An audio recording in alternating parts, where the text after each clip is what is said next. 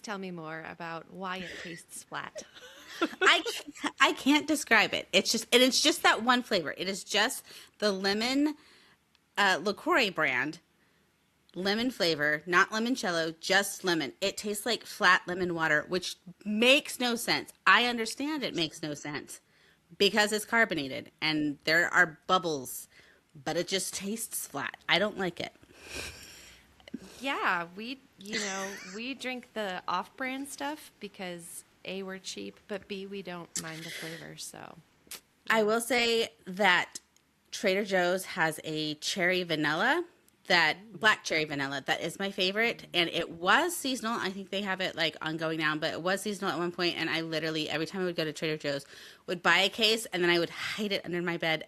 Yes, I totally I had a whole entire little Stash. stash going. Stash of sparkling And water. my husband couldn't figure out where I kept Getting them where from. did this come from? Where I does thought this it was come? seasonal. I'm like, yes, I know. I I can't tell hid you. them. I have a stash. I couldn't Oh, live without it. I love it. I love it. Well, grab your drinks and let's start this episode. Let's do it. Hi, I'm Emily, author of the Xeris Galaxy Saga, among other things. And I am Christen Crum, author of the YA rom-com It Happened at Christmas, among other things. We're excited to welcome you to The Margins, a podcast about candid conversations about the writing life, indie publishing, the book industry, and more.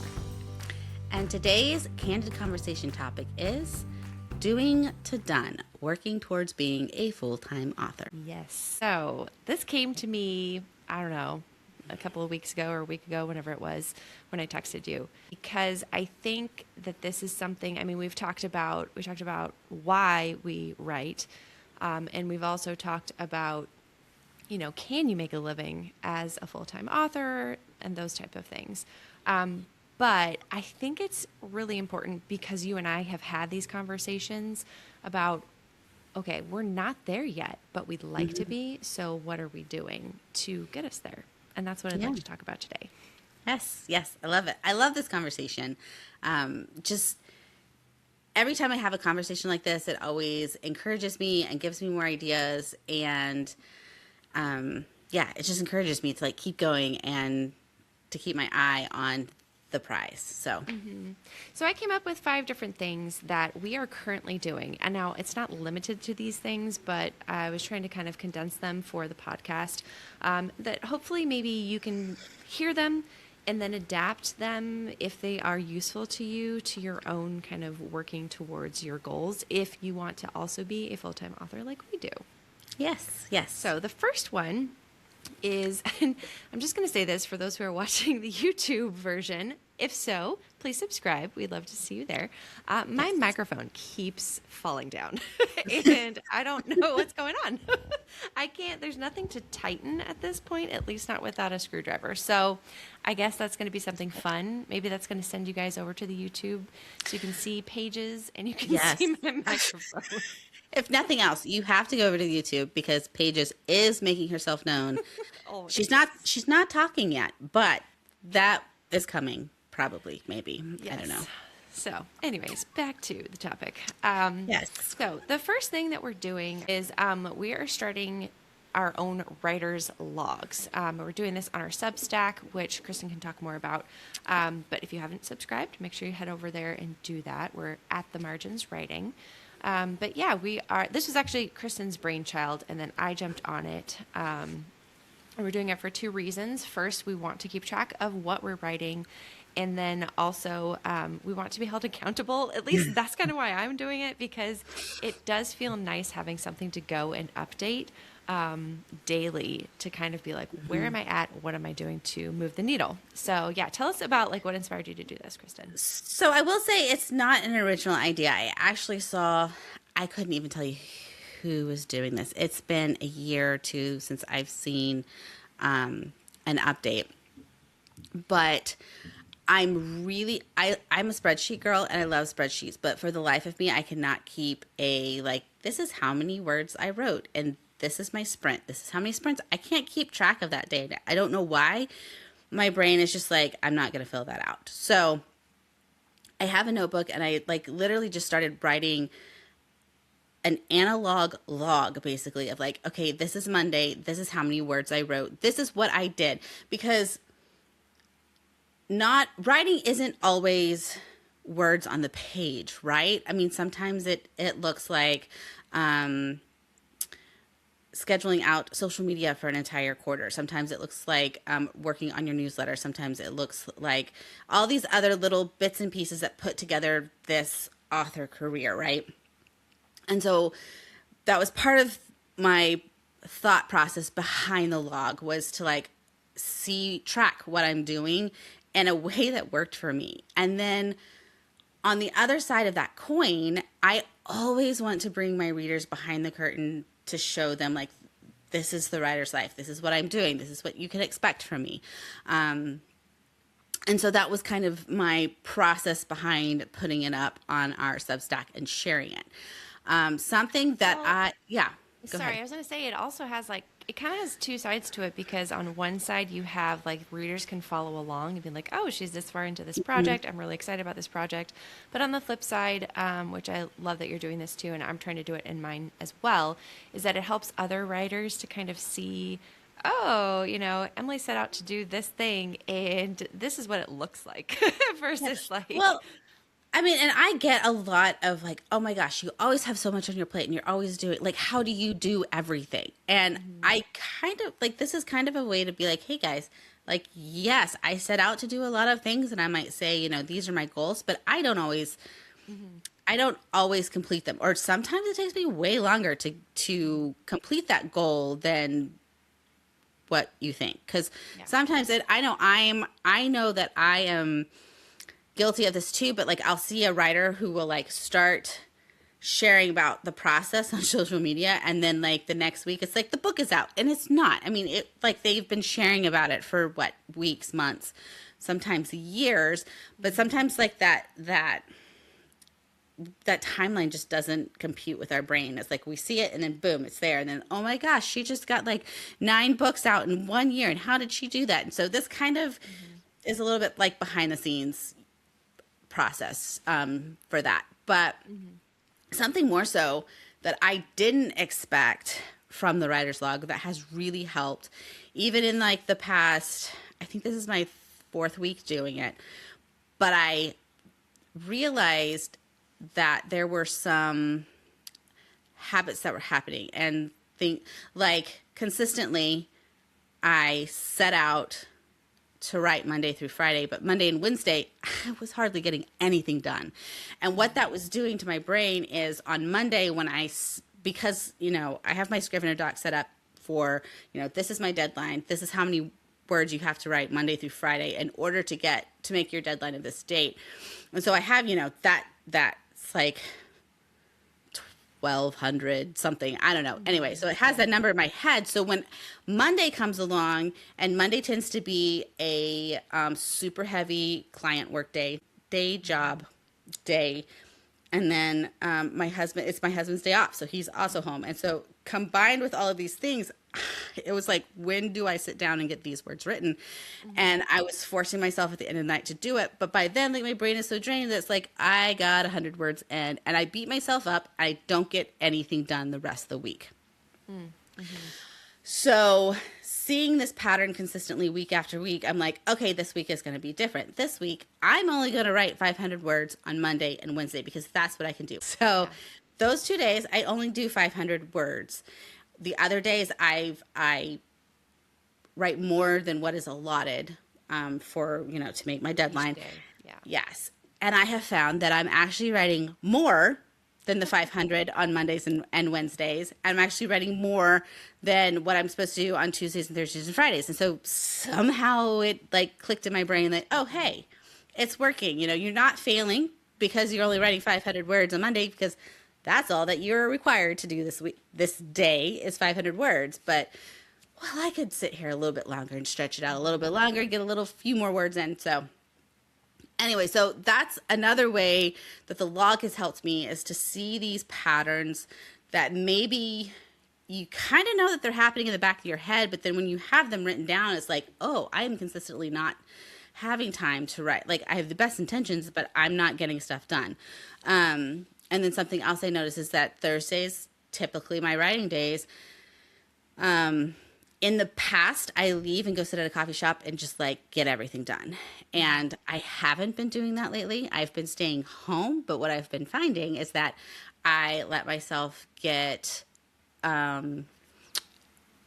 do more of the author admin stuff, which needs to happen, but I can do that at home when I'm sitting there and I have like it's like my day. It's like my day job. It's like whether I'm doing it for a client, it's yes, exactly. And so I realize, okay, I need to leave even if it's just in the morning to get the words written, and then I can come home in the afternoon. I can do the author admin stuff, and then all the other things, cleaning the house and doing the laundry, and all that other stuff that like piles up, and it's like I have to do this now because I'm sitting here and I'm not doing anything. Which you are. Sometimes you're just sitting there thinking, but that's important too. So Yeah, and I've actually noticed I'm trying to think of like a good way to phrase it.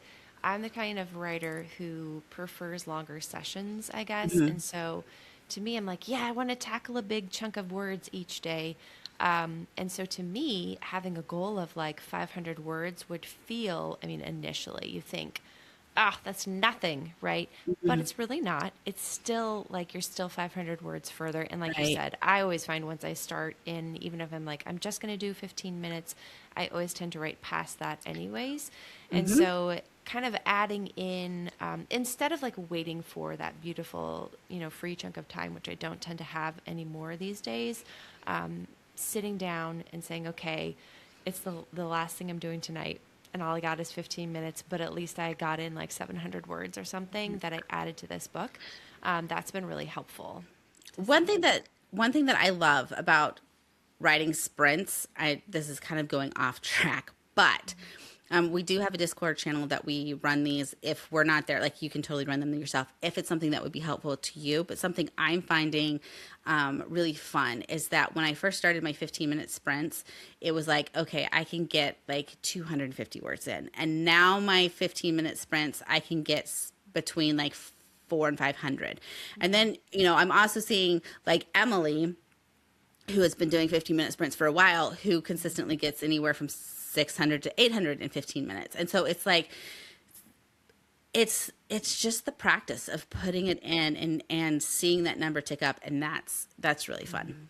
And it depends for me on where I'm at in the story. If I feel really confident where I'm headed, then it's a lot easier for me to write a lot faster. If I'm seeing that scene, if there is some things where I'm like, oh, I got to figure this out, that's when you're going to see me have lower word counts. But yeah, it's been really good. And I even just was updating my log this morning for this week. And I had a really good day yesterday, at least writing wise.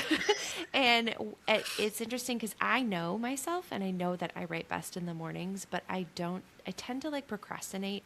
Also, our mornings kind of are chaotic right now, just with like the puppy and still adjusting to schedules and stuff. And so even if it means my morning doesn't start till 10, it's still the first thing I do. And that really sets me off for the rest of the day. Now, obviously, not everybody can do that. Sometimes you just have to get your sprints in the evening. But like kind of seeing, when I prioritized my writing that day, I got a lot more in, and I was more willing to like take a like random 10-minute session or take my computer outside while the dogs are playing because I was still invested in the story versus just being like, there's nothing in me that wants to write this today. So I will say I did hear a quote, or I read a quote this morning in a book that I'm reading that I really, really liked. I'm going to butcher it, but it's by Carol Oates, Joyce. Anyway. Yeah, I know the name. Yes. So basically it was sometimes you're not going to feel like writing. Sometimes you're tired, you're exhausted. You don't feel like I'm butchering it. Anyway, the gist of the matter was stop thinking about it and just get the work done. Yeah, it's very true. So I loved it. I'm like, I'm going to paint that on. I have so many quotes that from this book that I'm reading that I'm like, I'm going to paint that quote over my desk. Yeah. I'm not, but yeah. All right. So to sum it up really quick, that is one thing that we're doing is we're actually just prioritizing or trying to prioritize our writing, and we're making ourselves accountable that way. This works within just like your own small friend group or even somebody who doesn't write. You can just be like, hey, this is my goal this week. Will you like reach out to me at the end of the week and see how we did? So we're trying to be accountable in that. The second thing we're doing, I'm going to like jump around on these because Sure. I have a list here, but they don't necessarily have to go in order. But the second thing we're doing is, I guess like the first and the third thing that I wrote are very similar. They As are. I'm They reading through it, are. I'm like, I was saying we're working toward consistency in our writing time.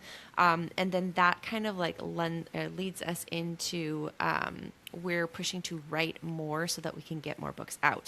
So basically being a full-time author does not come from putting out one book or even one series and sitting back and saying, all right, I let it happen. I would say the majority of the time that doesn't make it happen. Yeah. I have shared this before, but to me, yes, I do have a full series out now, and that feels amazing. But I still see it as just the very beginning stepping stone. There is a lot more that I have to put out and do in my career in order to get to full-time status. And really what that boils down to is publishing the books. Now, you can take it two ways. One way is to go traditional, like Christen is doing. Well, not fully, but and the other way is to be indie and to put out more books on your faster timetable. You can also do hybrid and do both.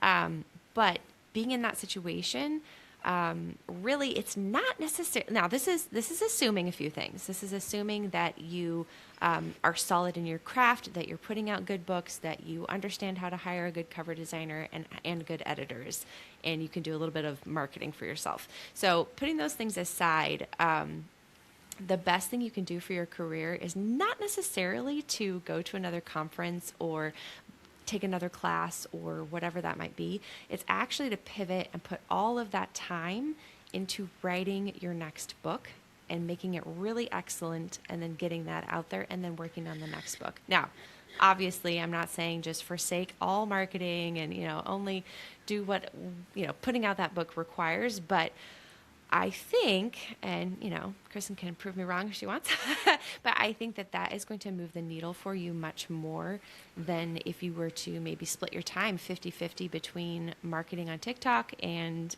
writing your book. I don't know, this early stage, at least I should say, it's going to be probably more beneficial for you to put out more books. I look at releasing books as like a snowball. You have one and it's this little snowball and it's just kind of going down, but then you get another one and it gets a little bit faster, a little bit bigger, and keeps going, keeps going. That's kind of what I see publishing like and publishing book. And you have to look at the big picture and you have to ask yourself, like what you said, Emily, what is going to move this needle? Is me posting one more TikTok about this book going to move the needle, or is getting the next book out so people have not one book but two books to purchase, and then not two books but three books, and so on and so forth. So absolutely. And so don't hear us saying don't market your books or anything like that, but if you hear that, like this point here, everything else that kind of is going around that we're going to talk about today really hones in on why we're doing what we're doing, which is just to get more books out. Yes. Well, and I think what we are saying, Emily, is do not forsake writing another book in lieu of marketing. Like your time is going to have to be split. It's just unless you have the funds to hire a marketing manager, like you're it's a fact of the matter. It's part of the career. You are going to have to market. You are going to have to write books. You are, as an author, you are a small business, and you, as a small business, you wouldn't just open and be like, okay, well, now I've done my part, and wait for your customers. You have to market to get people knowing about your store. So, you have to market to get people to know about your books, but you also have to continue writing the books. You have to have more product to put out. So It's a delicate balancing act for sure. it is. It is. So now this is unique to us, and I think it'd be interesting to hear from you guys, like if you see something that you might be doing or choose to do in the future that will help you in a way that this has helped us. But we actually, obviously if you're here, you know this, but we changed the style of our podcast from a guest-based podcast to a host-based one. Wow, that's hard to say. A co-hosted podcast for a few reasons. Yeah, and it's because it's interesting. We haven't really talked about why we did this, and I thought that it would be helpful in this episode to kind of explain some of that. I think the biggest reason is because this podcast is part of our platform, our author platform. And so as we put out more episodes, we are growing that listenership, which is growing our platforms, which is marketing. And it's something easy that we can do that we enjoy that is marketing, but is not, hopefully we want to give back as well. And so it's kind of a nice thing that it kind of hits all of those points. And ironically, another facet of this that still aligns with all our other goals is that having a guest, which is wonderful and so fun. Like we absolutely love having guests, but kind of scheduling that had been a nightmare because it's 3 people's schedules and we only have like very narrow windows when we can be available at this point. And so trying to like find time for guests beyond that worked for them as well was becoming really challenging. And so falling in line with those other things, we're freeing up time wherever we can in order to make sure that we have time to write and time to do what we need to do to build our own platforms type of thing. So yeah. I will say in the future, when we are full-time authors and we have the time, we would love to bring back guests and make it a guest podcast again, or at least have more guests on more regularly. But yeah, it was just looking at our overall lives and everything that we were doing. And it was like, what could we cut to make more time to write? What do we need to do in order to like stay, I don't want to say relevant, stay like keep our social medias and our platforms going. And so, yeah. And we had to make some sacrifices. As I say, that rolls perfectly into our final point, which is we are making sacrifices. And that's going to look different for every single person who listens to this podcast. But I mean, one way that you might not even consider is that not having guests means that our reach is limited to an extent. Like it was great to have guests, not only because we had amazing conversations with them, but also we're bringing in their readers and we're getting to, meet new people through that kind of like, I don't know, outreach in a sense, or reaching out through their platform and our platform. And so really it's a bit of a sacrifice to actually not do the guest aspect of our podcast. But at the same time, we're still dedicated to, wanting to provide helpful, relevant information. But it works within our goals as well. So, but that was not a hard sacrifice. What are some of the hard sacrifices that we're doing? Oh man. Lack of sleep sometimes. Yeah. That's a hard one. Girl likes her sleep. But yeah, like when I'm on deadline, this happened just a few months ago. I was on deadline. I was still doing my day job.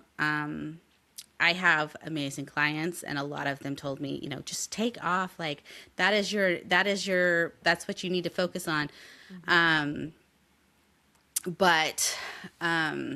Yeah, there was, I think for 2 or 3 weeks straight, it was 2 and 3 a.m. mornings. So. And sometimes you don't have the luxury of taking off the time. And so for me, which kind of goes hand in hand with that, is like, and it sounds weird to say this is a sacrifice, but like I'm sacrificing, how do I phrase this? I'm still working my graphic design job, just like you're working your job as well, in order to push myself to be able to be a full-time author. Yeah.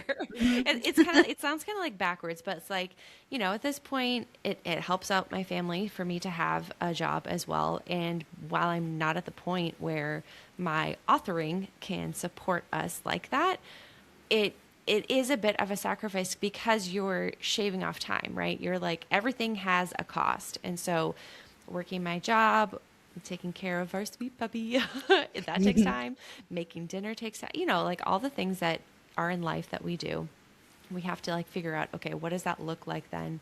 And how do I orient my day so that I do get the writing in order to put out that next book, in order to move us just that bit closer to having more books out and to being closer to being full time. Yeah. And I guess like part of this came up because I've seen a couple of people sharing recently, and I've seen it in the past as well, about like, oh, I'm now a full-time author. And it sounds amazing. And I think sometimes it could potentially maybe have people to become a little jaded about what it takes to become a full-time author and what that really means. Because yes, getting a traditional contract, as Christen knows, is amazing, but it's depending on the contract, it's not necessarily going to take care of you for an entire year. Most contracts are not going to, at least first-time contracts, unless you have a very big, amazing book that's coming out. You know, if you're talking six figures, that's great, but what six figures, right? It's not really that much usually. It depends, Well, of course, but and two, you have to look at it this way when you're looking at trad publishing and a trad contract. You know, they could offer you 50,000. That sounds amazing, and you're like, I'm going to have 50,000. Actually, you're not, because you don't generally get the 50,000 all like lump sum. Here you go. It's generally broken down, sometimes two, sometimes three times, and then you get those at different points in the publishing process. There's also your agent fees are going to come out of that, because generally with trad publishing, you can't get a trad contract without an agent. I wouldn't want to try to get a trad contract without my agent. So, you know, their fees come out of that. A lot of times there is going to be like thinking ahead. You might have to do some marketing for your book, and hey, this money is going to make that a little bit easier. So it's not, hey, I just got a $50,000 contract. It's broken way down, and yeah. So it's not. It is fun and it is exciting. Also, no, my contract was not 50,000. Just FYI for everybody out there. dinner's on you, Christen. Yes, of course. Yeah. So I just want to make people aware that when people are announcing, oh, hey, I got,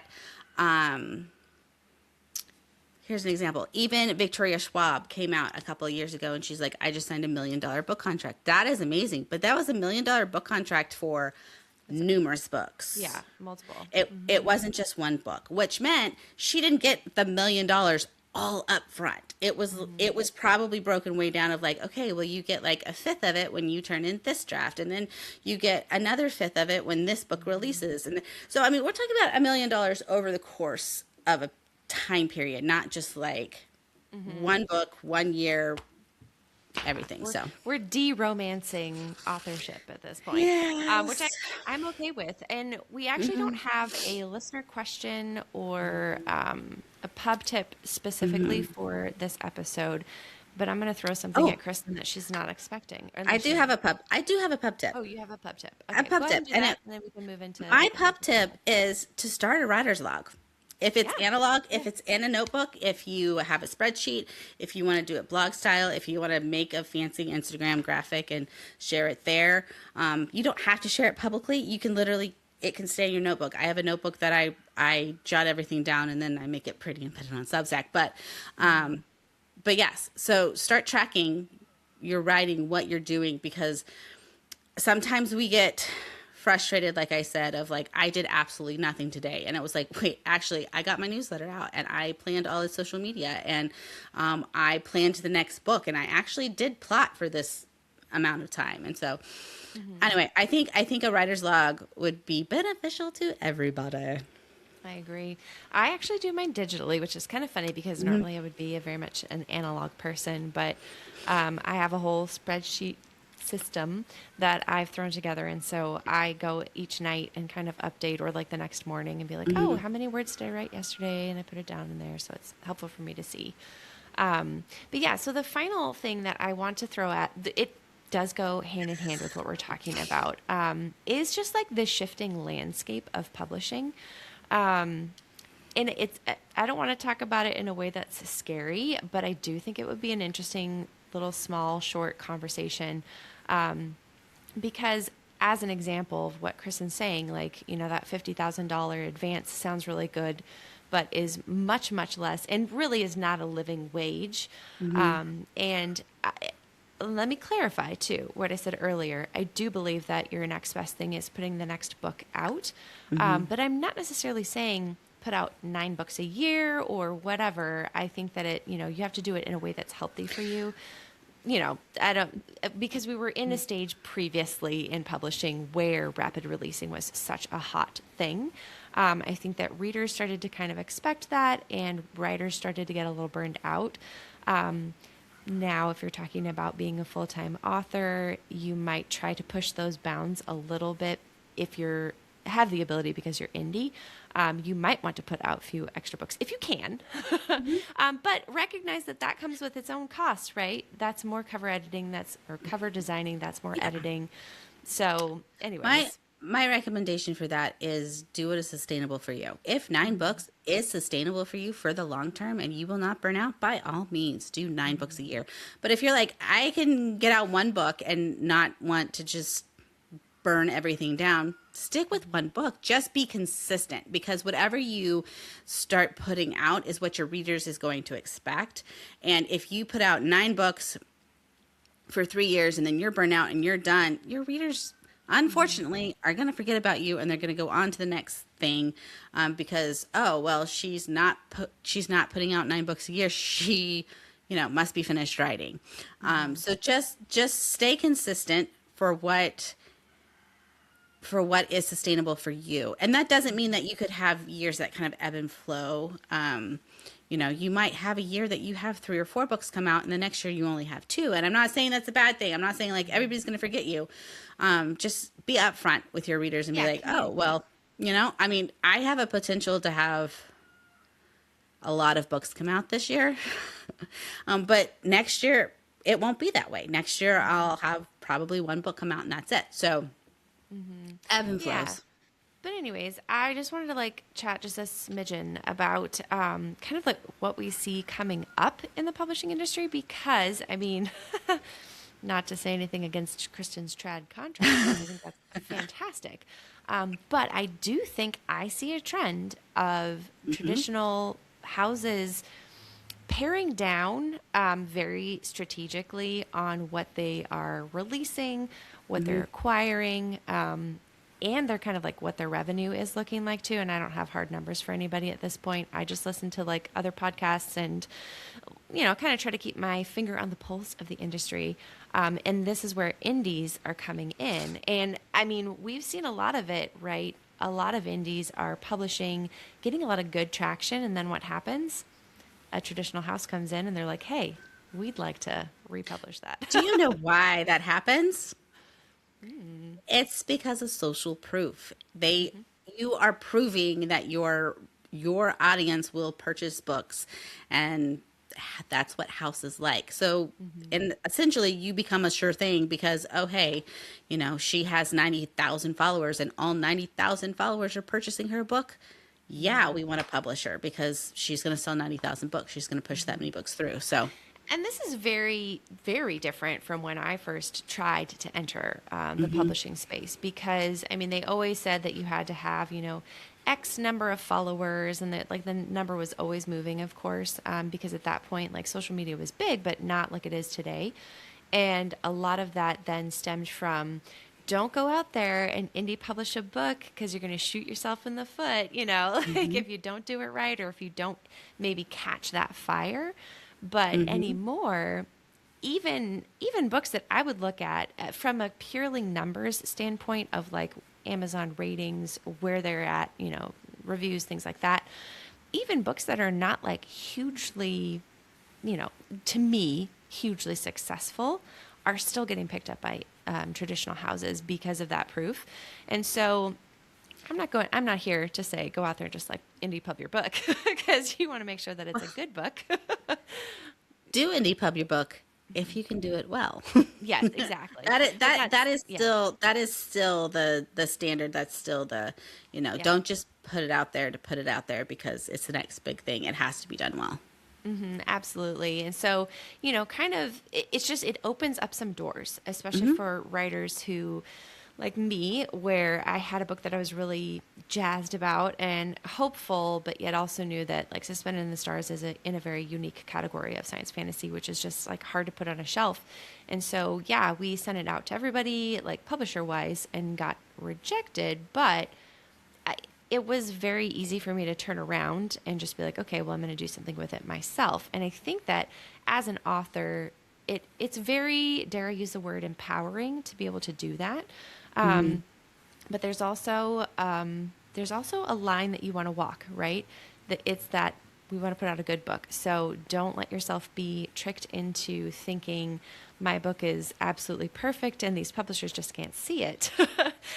Make sure that like real readers are reading it, that your editor is proved, things like that, to make sure that what you are putting out isn't something that just wasn't ready and the publishers saw that first.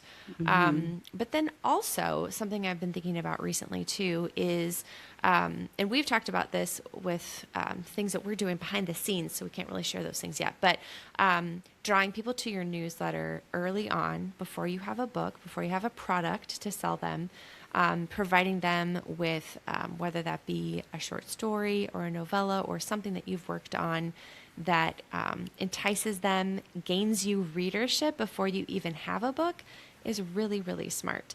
And could make, an indie release, like could make the difference in an indie release.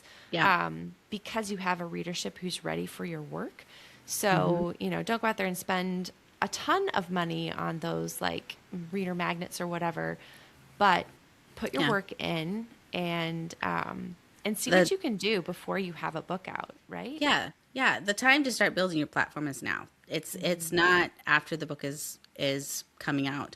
Part of my day job, I do work for a literary agency, and I have so many queries of people who line out wonderful plans of, this is how I am planning on building my platform around this book. And my number one question is, this is great. Why are you not doing it now? Why are you waiting until you have the publishing deal? Because that is not the time. That is not the time to start building that platform. The time is now, before everything else happens. So, and maybe that's something for a future episode. If you'd like to hear that, I have taught classes in the past on building a platform before you have a book. So if that's something you guys are interested in hearing, reach out, let us know.